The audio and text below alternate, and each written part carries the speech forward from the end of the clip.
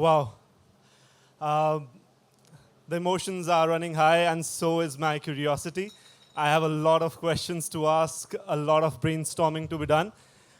So, Sat Shri Akal and Namaste, and basically coming from and representing 1.4 billion people, the largest democracy, I want to make one statement. That is, we need to make every step count. And we need to strategize. We need to be very mindful and diligent with how we are going to promote democracy, with how we are going to fight the authoritarian regimes. And it is not just a fight between two ends. There's a spectrum that we see. On one end, we have liberal democracy. On the other hand, we have authoritarian regimes. The fight is not just between these two. The fight is between liberal democracy and every version that takes us to that end, that is the evil end of authoritarian regimes. So today we'll discuss about how to counter authoritarian regimes, about technology, about creating and investing in sustainable models of democracy, and no beating around the bush. I'll come straight to the point. My first question for HR. So we now know that authoritarian regimes around the world are coordinating. They have these measures of economic coercion and military partnerships. How do we counter these? Well, I think the first step is to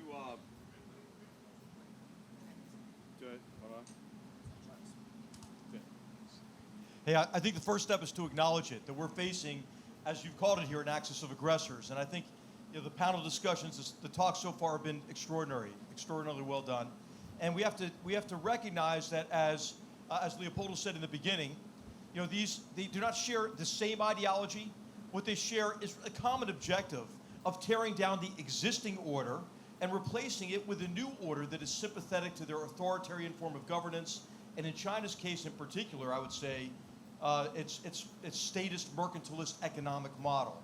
And so what can we do to defend ourselves? I kind of think like a military guy after 34 years, and I think of it in terms of a campaign. What we have now is we have a network that all of you are building, and it's just fantastic.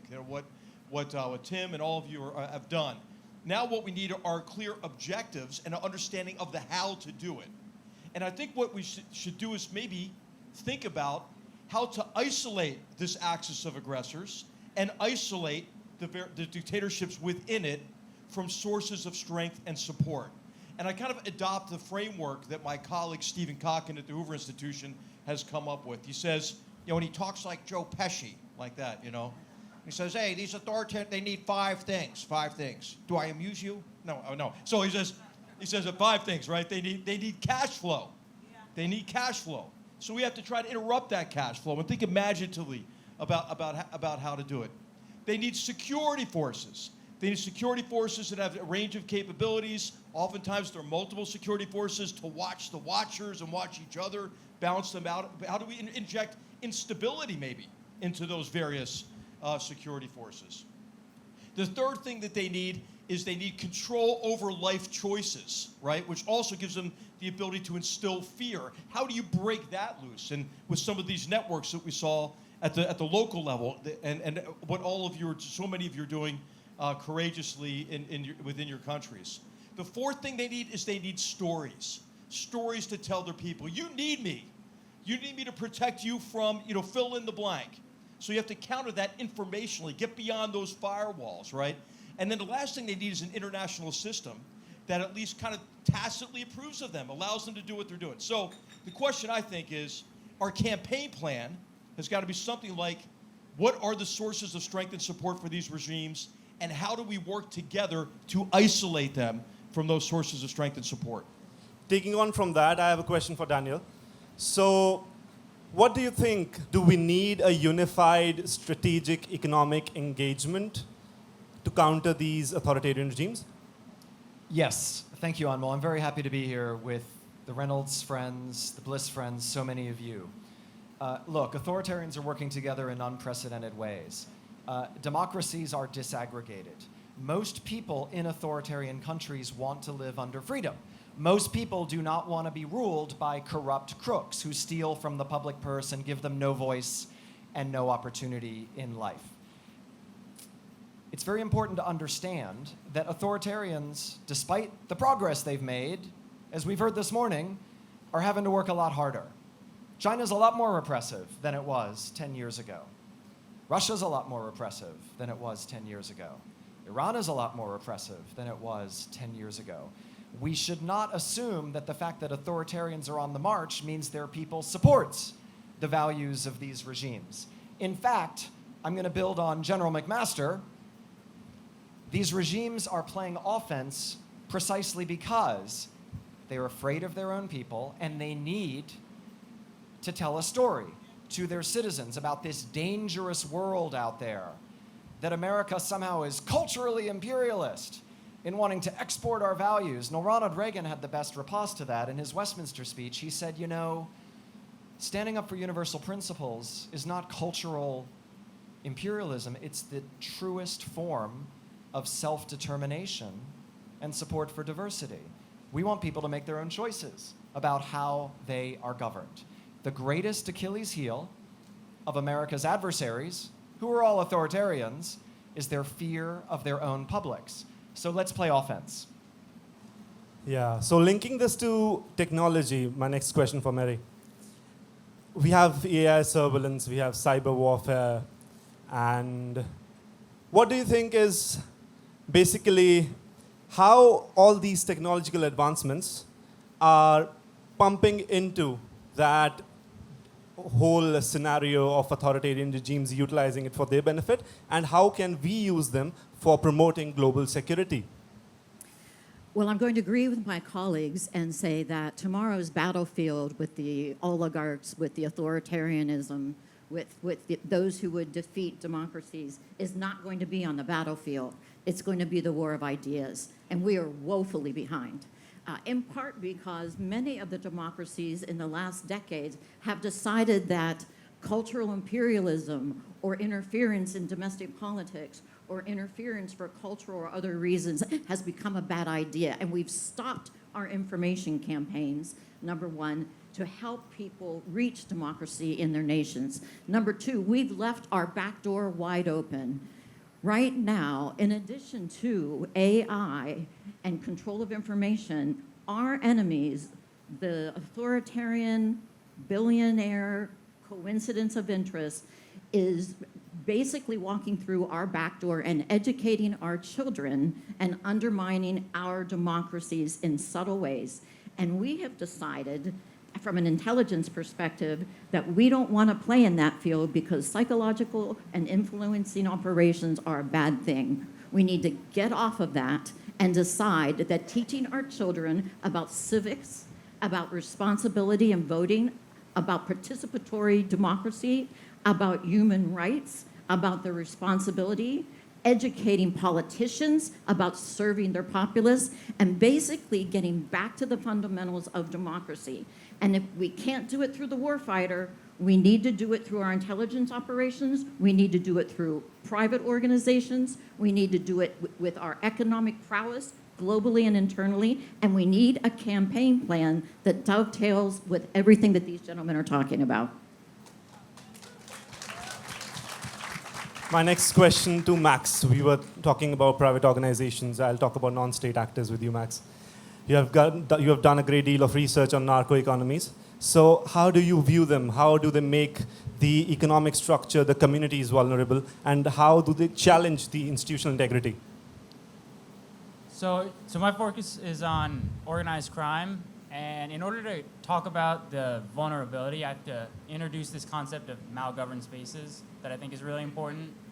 And the defining characteristic of a malgoverned space is that the ability for the formal authority to enforce its laws and regulations, and the possibility of the residents to depend on those authorities to protect and support them is significantly curtailed.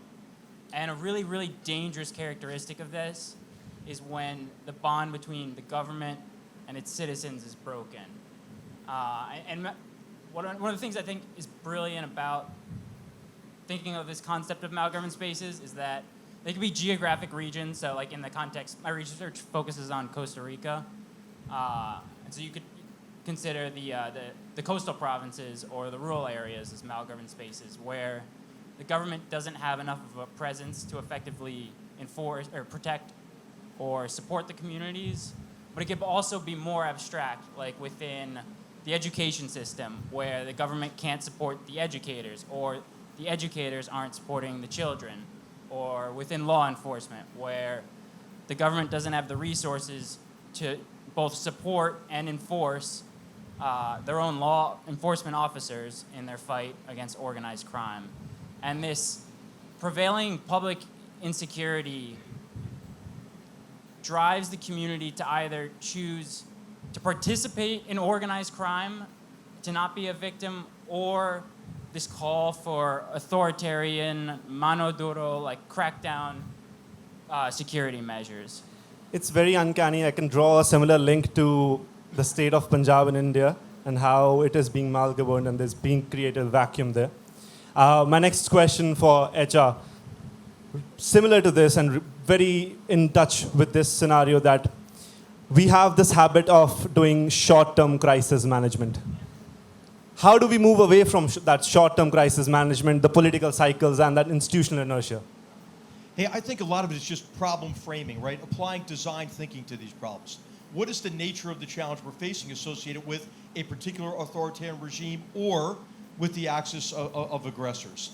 What are they trying to achieve? And I think typically what they're usually trying to achieve is to maintain power, right? What they all fear is, as we're all talking about, as Dan just mentioned, is they fear losing control. And then what is their strategy? And then understanding their strategy and then how to defeat it. As I mentioned, one of those ways is to go after these sources of strength and isolate them. But the other is to always be opportunistic, right? Ask the question, what are the opportunities and how do we exploit these opportunities? Once these regimes overreach, a lot of times, it at first looks really bad, but then it creates vulnerabilities. Think about what the Iranian regime has done in the Middle East by fueling these cycles of sectarian violence, using Hezbollah and other groups. It was their overuse of that overextension, and the reliance of Assad, for example, on Hezbollah that led to the collapse of the Assad regime. So I think we want to, as I mentioned, apply design thinking to it. Of course, always try to isolate them from sources of strength, but always think, where are the opportunities and how do we exploit them? I think to break people out of near-termism, a lot of times you just have to ask those first-order questions. Yeah, so how do we move away from that and basically towards addressing these power dynamics and the growing divisiveness, and what should be the trajectory of the democratic movement or the democracies worldwide? Mary? Well, really two things, I think. Just an interesting fact. Children born today will, by 2050, be talking to AGI that will be semi-human, it will be cognitive, and it will not be controlled in any measure by a human being in the middle. So the first thing we really have to do is start educating our children and understand what it is we are facing in a technological world in which information barriers really no longer exist. And the enemy, these autocracies, these people who are threats to us, have an open door to our children. We need to make educated, discerning consumers of information, number one. We need to get our message straight, number two. And we need to stop treating influencing and propaganda and disinformation and information as the things that the bad guys do to us. We need to educate our public to recognize them and to do influencing and campaigns as part of our overall national efforts. Democracy is worth talking about. It's worth proselytizing about. It's what everybody at their core really wants. The Iranians have waited for 40 years because we've been largely silent and not willing and able to put our resources behind our message. It's time to get rid of that and step up to the plate and embrace democracy and deliver it for the rest of the world. I think the core of that is resilience in democracy. And for that, I'll come to you, Daniel. For a fact that I know you believe in the resilience of the free world. So according to you, what should be the proactive strategies to better this resilience? So look, everyone actually wants to live in the free world, no matter where they were born, right? We have to remember that. We also have to remember some basic truths. One is that this is a core function of international security. We will not have peace and prosperity in the world if authoritarian aggressors are on the march. We will not have peace and prosperity in the world if these autocracies play a forward strategy against us and we are simply reactive. So let's take the initiative. Let's remember a couple ground truths. We have an amazing military led by amazing officers full of amazing Americans. 99% of the problems in the world are not theirs to solve. We have this enormous civilian toolkit which we under-deploy that involves helping people behind various internet iron curtains get access to free information, understanding the scale of the corruption that these dictators are imposing on them. Look what happened to the amazing Alexei Navalny, one of the most inspiring figures of my lifetime.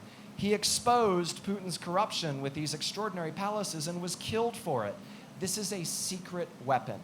Let's help people get real information into their societies. People will make decisions. I also want to say something else. It's a lot cheaper to use these civilian instruments than it is to use the military instrument, right? I'm going to use Leopoldo's example of Venezuela, his country of Venezuela. In the last 7 years, American taxpayers have paid nearly $4 billion with a B in emergency humanitarian assistance for Venezuelan refugees. When Venezuela was a functioning democracy, American citizens paid zero in humanitarian assistance to desperate Venezuelan refugees because there weren't any. It would save us a lot of money to live in a world where governments were accountable to citizens and were focused on solving their problems. Perfect. That makes my way for the last question to Max. So Daniel talked about the civilian toolkit. This is the right place, and this is where we need philanthropy. How do you see philanthropy sitting in this perfect arena? So I think any solution for the battleground of these malgoverned spaces that I was talking about, first we need to focus on center of gravity solutions rather than any one thing to attack. And I think where philanthropy really has a big role is in reclaiming those malgoverned spaces, particularly in conjunction with law enforcement efforts and joint drug interdictions that push the organized crime away from these areas. But to then, the most important part for any long-term solution is to then rebuild on those malgoverned spaces.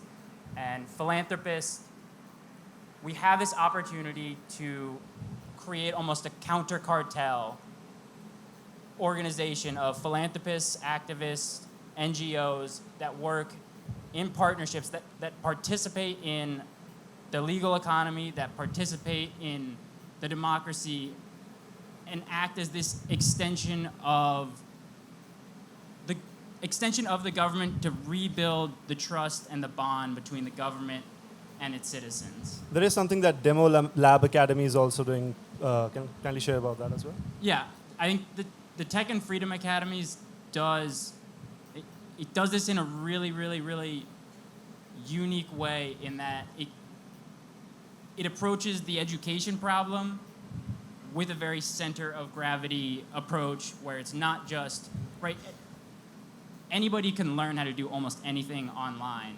But the Tech and Freedom Academies really pair that with the support and the community and the sense of identity that particularly young kids, those are the target points that cartels use to recruit kids. And by almost mirroring that, but in a positive way, they've had an enormous impact. And I've had the opportunity to see it myself, and it's truly incredible. Right. So I have another point to make, and it is I'm very curious about this, and I'll just talk about it very briefly in a minute. So we are talking about external stimulators. I have a key issue that is that a question is arising in my mind again and again, and one of our members also addressed it here, and it was how to make democracies deliver. So we know that democracies deliver, but there are internal fissures. For example, we have in India, we have this whole narrative of not including the stakeholders in policy-making process. So we have participatory policy-making process. We need to build on that as well. Then we have co-optation and social movements. What is the link between co-optation and social movements? That is also something that we need to figure out. So there are a lot of things that we really need to sit and put our minds together and think. We need an intelligent, constructive, and for that case, proactive strategy to promote the free world and democracy. And with that, I would just like one sentence from each one of you to just sum up what you feel is apt and what you feel should be the point of attention for everyone here. We'll start with Daniel. Two quotes, one by a Democrat, one by a Republican. Founder of the NED, Congressman Dante Fascell, said, "If you hate tyrants, invest in their people." John McCain, who I worked for the first 10 years of my professional life, said, "Free markets don't work without free people." I know we have a lot of friends from the private sector here. Free markets do not work without free people. Okay, I'm just going to take what I'm drawing from all of you and everybody on this panel is a sense of agency. We have to restore a sense of agency. All of you know that, who are working against the odds within authoritarian regimes. And so I'll use a quotation too, and it's a Clinton quotation. And of course, I mean George Clinton of Parliament Funkadelic, who said in the America Eats Its Young album, you know, in a track called "If You Don't Like the Effects, Don't Produce the Cause," he said, "Situation is just that, it has no power over you." And the other lyrics are, you know, "Ain't you deep in your semi-first class seat? You protest this and protest that and eat yourself fat." You know, and then he goes on to say, "Situation is just that, it has no power over you. If you don't like the effect, don't produce the cause." And so I think what we can do is mobilize people, restore a sense of agency, stop telling young people there's nothing you can do by putting the words systematic and systemic and institutional in front of every problem we face, right? We all have a say. Mary. The oligarchs and our enemies are on a war footing, and we're not, and we need to recognize that. They are attacking us at home. They're infiltrating us through TikTok. The disinformation and information is already polluting our children, and we need to recognize it. We need to go on a war footing.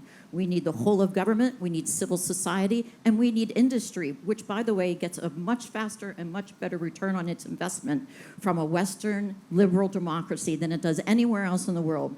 We just need to harness ourselves and be unapologetic about the fact that everybody needs and should deserve and work for freedom, because we have a responsibility not only to ourselves, but others.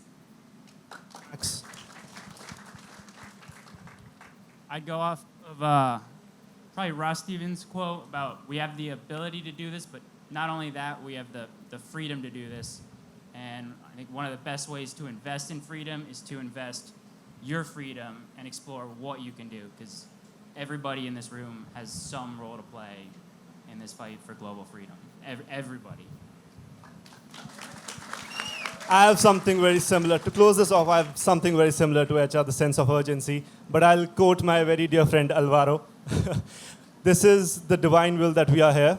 So let's make the most of it and invest in freedom and democracy." Thank you so much, everyone.